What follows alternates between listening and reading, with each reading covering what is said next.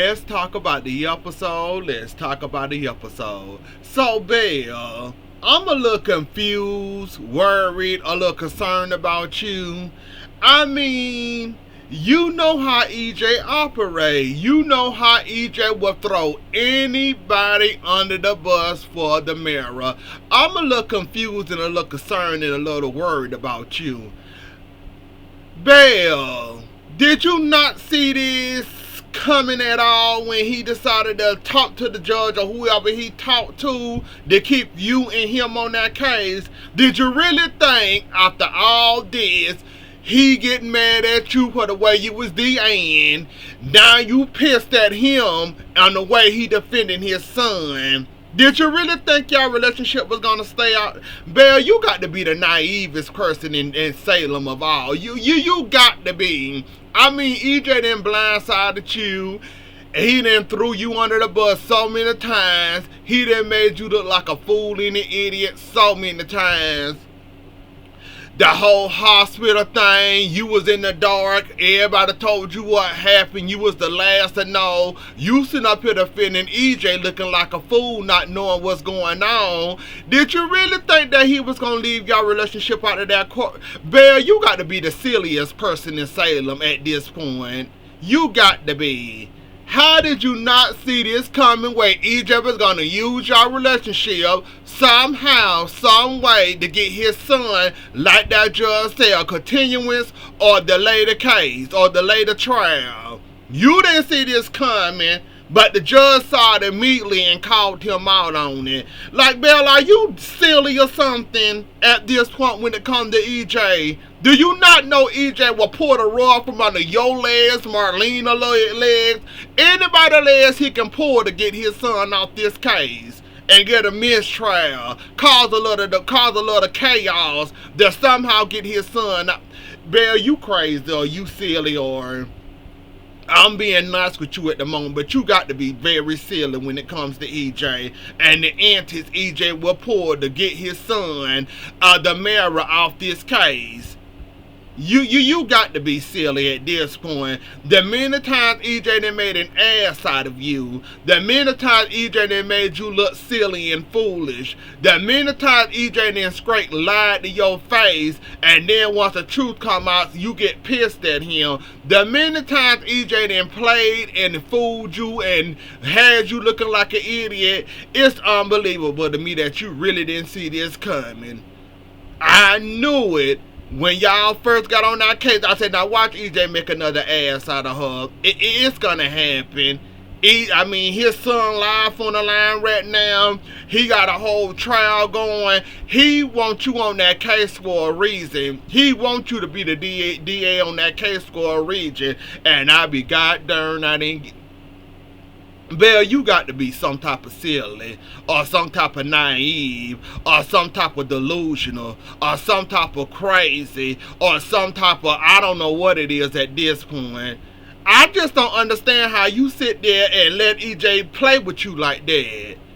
He didn't play enough in your face when it came to that whole hospital, buying the hospital, and that secret drug that Xander and him was running behind trying to buy the hospital. You sit up there vouching for him, and everybody told you the real reason why EJ wanted the hospital. You was the last to know, looking foolish, defending your boyfriend, and at the end of the day, your boyfriend tell you the real reason why he was trying to get that hospital. Now he didn't embarrass you in front of the courtroom. You just set yourself up for failure, don't you? The best thing you can do for yourself is prepare or brace yourself when EJ do stuff like this, or better yet, break up with him at this point, because he gonna keep on doing it. This is EJ nice nasty tactics, and he gonna do whatever he got to do to free his son. And I'm just surprised and shocked that you didn't see this coming. I mean, that man been lying to you y'all whole on and off relationship. You think he wouldn't do that in a courtroom? So you delusional. That's what it's summering down to and boiling down to. You got to be some type of naivety to believe that EJ wasn't gonna do that. I mean, at this point, Belle, you just giving me a whole good reason And I'm just gonna sit back and laugh at you at this point. I don't know how you didn't see this coming. I'm just a little confused on how you didn't catch this coming down the pipeline, especially with Johnny on the stand, why he wouldn't go there or press that button on your behind.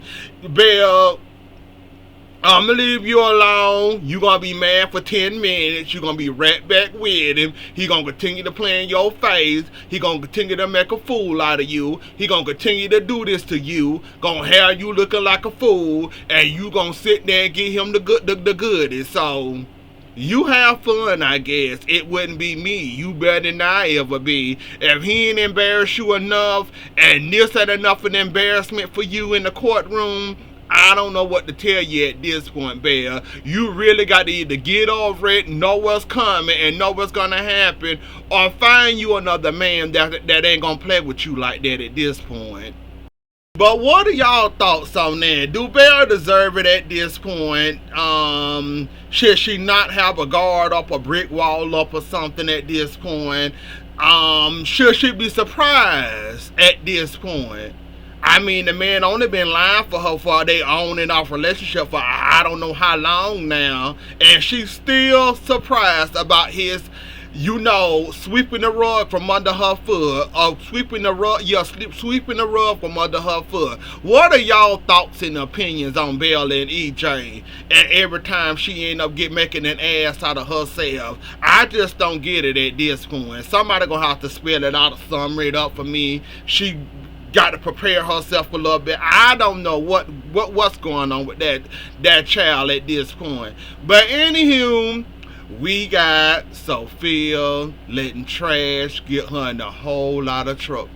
Sophia, I'm going to put you in the category with Belle at this point, because at this point, you see everybody asking the right questions. You see this is not going to go work out well for you, but yet you insist on lying.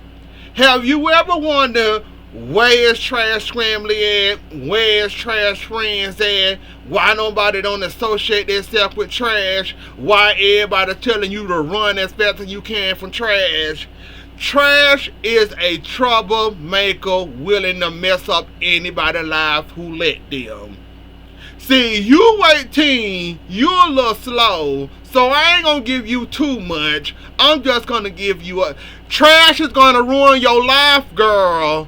Run as fast as you can. If Tate reaction, Brady reaction, or anybody else reaction wasn't enough for you to tell you to run for the hills when it comes to Trash, you better start putting on your running shoes and start running. Trash is for to have you in a whole world of trouble. And this whole adoption line about the thing, they sending out packages to unknown addresses. Trash calling herself gonna take the packages and gonna pretend like they went off but they didn't really go out. Like, Sophia, get yourself together. You got rid of the child. You should be happy. You should be flowers and bubblegum happy and all that. Just know that this is a temporary fix. All these lies that's coming up to bite you in the behind, like Sarah caught you in the biggest lie, talking about some you had the baby then, but your body said otherwise. You had the baby this date, not that day. Then you having the baby, giving the baby straight away to the adoption paper, which I never heard in my life, but I guess I know nothing about adoption, so y'all gonna have to help me out with that one. Is that true? Do it really happen like that you had the baby and send the baby right on off, or what? But these lies are going to catch up with you, and it's not going to look good for you. And you trusting the one person that everybody warned you about. Trash ain't finna do nothing but finna set you up for the ultimate failure. And you going to end up looking dumb and foolish once everything come out. Tate already done met his son, didn't hold this son, thanks to Leo. That baby floating around Salem in Leo hands for now. It's only gonna be a matter of time before the truth really come out and that Tate is not really the father. So Sophia, keep believing Trash, keep setting up fake P.O. boxes, fake addresses to send packages to and letters to. Keep on believing in trash and keep on lying. Like I said, Tate is on your behind and he is on it hot. Cause you thought that one picture was gonna sit him down and shut him up. No. He wanna see his child. He want more than one picture from you. He wanna communicate with his child. He wanna talk to the adopted parents. So you gonna have to come up with a whole lot of schemes and a whole lot of lying, and trash only gonna get you so far before it start to backfire on you. And you end up looking like the bigger idiot you already are, going around with these schemes and these lies that trash always come up with, but never work out. And at the end of the day, you gonna end up looking like a fool trusting trash. So you have fun with that, Sophia, because that's not gonna work out for you. I mean, keep right on listening to trash. Trash is the wrong person to get information and advice for. Now, if you need legal advice, she might got you. But lying, the fraud, and fake addresses, fake adopted parents, all that, she don't got you. You better ask Sloan how did that work out for her, where trash came up with this whole scheme and how it all blowed up in Sloan's face, and Sloan ended up pulling off her heels and lifting up her dress, running and speeding out of town.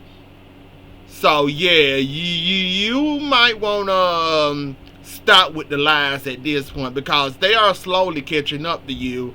And you thought Tate was gonna be cool and okay and happy with just that picture. I don't know why you thought that one picture was gonna make him happy. That boy actually wanted to spend time with his child. You was too busy worrying about your own self and your own petty and selfish self to care about a baby, so you don't care. Tate actually care, even though he's not the father. He actually care. Don't nobody care that you don't care, but that boy actually do care for a child that's not his. So yeah, them schemes only gonna last for maybe a couple of months, maybe a week if you lucky, but it's gonna come out and you gonna look like the idiot you are for coming up with these and listening to trash of all people. Xander, Gabriella, Sarah, and Brady. Now, we already know that Gabby trying to work Xander to get information for she can try to get her company back and get the mirror back from Xander. We all know what she working her set trying to get, trying to get her company back and get the mirror back. However, Gabby ended up kissing him, who ended up getting caught by Sarah and Brady. Sarah acted like it didn't faze her. She went on, sat down, said she not running. They separated, so she don't care what he do. However, Sarah tries to get Xander back. Xander, however, in his temper, couldn't allow himself to go that way. So he decides to freak out. And he decides to ask where the child at, knowing that the child with the nanny, and why would he be bringing up that child in the first place? Sarah ended up kissing Brady, which probably pissed Xander off 10x times more. So yeah, Xander, I don't understand the temper at this point. I mean, Gabby kissed you. You worrying about what Sarah thinking. Brady is a lost cause at this point, and he's stuck in the middle between the hothead and the punch. And yeah, she ended up kissing Brady, so now he got to deal with Xander rage unintentionally. All he wanted was a nice friendly dinner, and now he finna end up getting the hot fist in his face with a little bit of rage in there. So yeah, Xander in his, like I said, Sarah, you know what you was dating, you knew what you was married, you knew what you had a baby with, you knew all of this, you know Xander can't control himself for his rage and his temper, you know all of this, and you well aware of all of that. Xander need to get him some business, worrying about who you kissing on. They're gonna call themselves confronting you cause you and Brady was out having drinks where you was having a drink, Brady was having water. He was already insecure about that, even though he shouldn't be worried about who you know, having or entertaining with, but he worried and concerned anyway. So yeah, between that already catching you hugging Brady and now you kissing Brady, he about a hot 20 right now. So Brady, all I can tell you to do is put on your best bulletproof vest. If you don't know self-defense, you better learn you something real quick, because Xander is coming after you now. That is where he think you got eyes for Sarah. You just there as a friend. Don't tell Xander rage don't got no feelings, so his rage don't give a damn who it go after. It just want to punch somebody or take it out on somebody. So Xander, learn your best defenses. If all this else fail, just run like hell is all I can tell you at this point, Brady. Because Xander in his rage is after you now, and it's 20% at Sarah, but you getting the whole rest of it. So Brady, the best thing you can do is cut yourself in that situation, because Xander is after you again, and you already know that he didn't threaten you before. So yeah, good luck, Brady. That's about all I can tell you. I'm so glad Marlena talked to Julie and told her to get her some business when it pertains to Chad and Kat. Like, you worried about the wrong thing. Like I don't even much gotta add nothing on there. We just gonna quickly debrief that and talk about it a little bit. But I'm so glad Marlena sat her down. Like, she gets so involved in stuff that she shouldn't be involved in. That man is basically free. He'll veto today whoever he want to. Y'all might not agree with if he choose to date Kat or not. You and Jennifer. But that's that man business, that man grown, and I'm glad Chad's starting to understand, and he's starting to say that he really don't care. Whether Julie or Jennifer approve, I'm glad he's taking the stand and starting to realize that y'all two gonna be a problem when it come to Kat. And I'm glad that he had that talk with Julie and told Julie basically, I'm gonna do what I want to. You not gonna stop it. Good luck. So yeah, I'm glad that Marlena basically sat her down and told her. And it's so funny how they quickly found them and realized, Julie realized, that Julie missed with Marlene and realized that him and Kat was stuck in that elevator. I forgot which one it was actually came up with the clue. I think it was Julie, not Marlene. I'm not quite sure, but one of them, got suspicious of the elevator, and Julie decided to yell at it, and Chad yelled back, and yeah, they didn't spend too long in that elevator. So thank God for that. And look like Chad and Kat is getting a little closer. She got a fever. He went to take care of Felicity. So yeah, they getting close. Julie, you can't stop it. If I talk with Marlene and didn't do nothing for you, go seek help at this point.